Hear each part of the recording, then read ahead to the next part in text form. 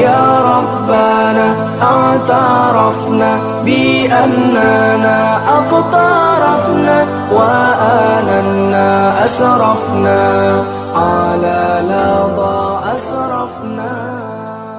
Bagi orang tua di sini yang hadir, kalau ada orang yang sudah sepuh, punya anak-anak gadis, anak bujang, mudahkan menikah buat mereka. Jangan pernah mengaitkan antara pernikahan dengan prestasi dunia. Gak ada hubungannya. Ibadah itu tidak ada hubungannya sama prestasi dunia. Kita tidak mungkin tunggu mobil dan motor untuk ke masjid. Tidak ada, kita jalan kaki. Kita harus mengerjakan ibadah tanpa ada prestasi dunia.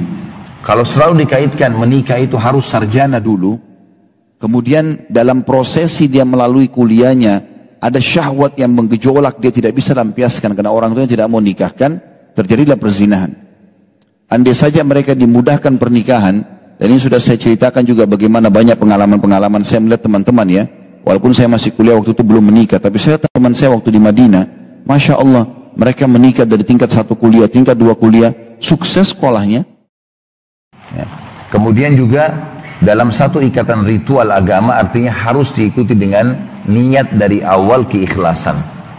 Teman-teman, membangun rumah tangga ini ibadah.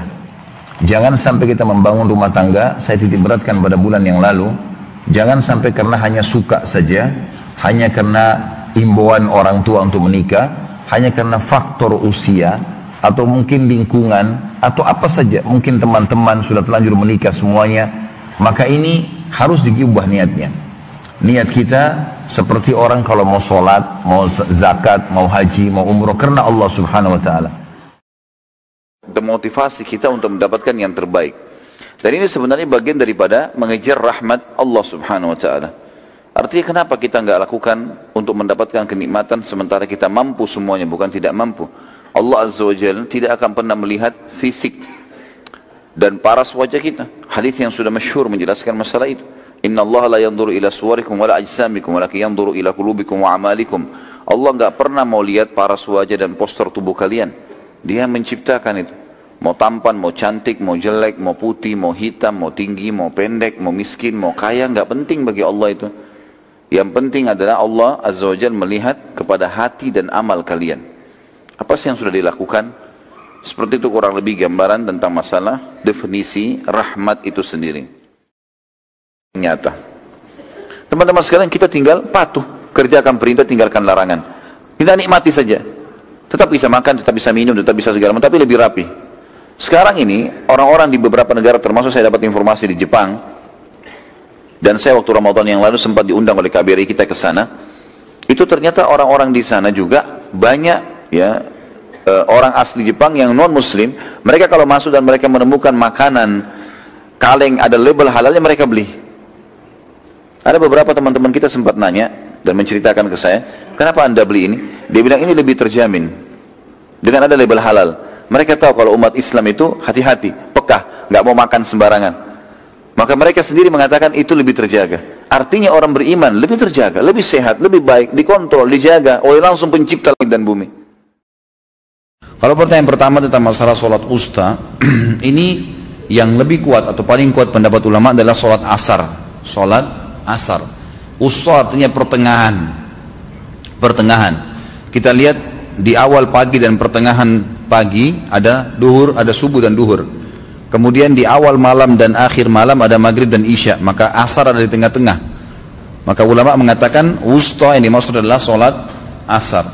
Dan juga ada hadis Nabi SAW yang lain, siapa yang ketinggalan sholat asar, khusus ya, sholat asar, maka seakan-akan dia kehilangan seluruh harta dan keluarganya.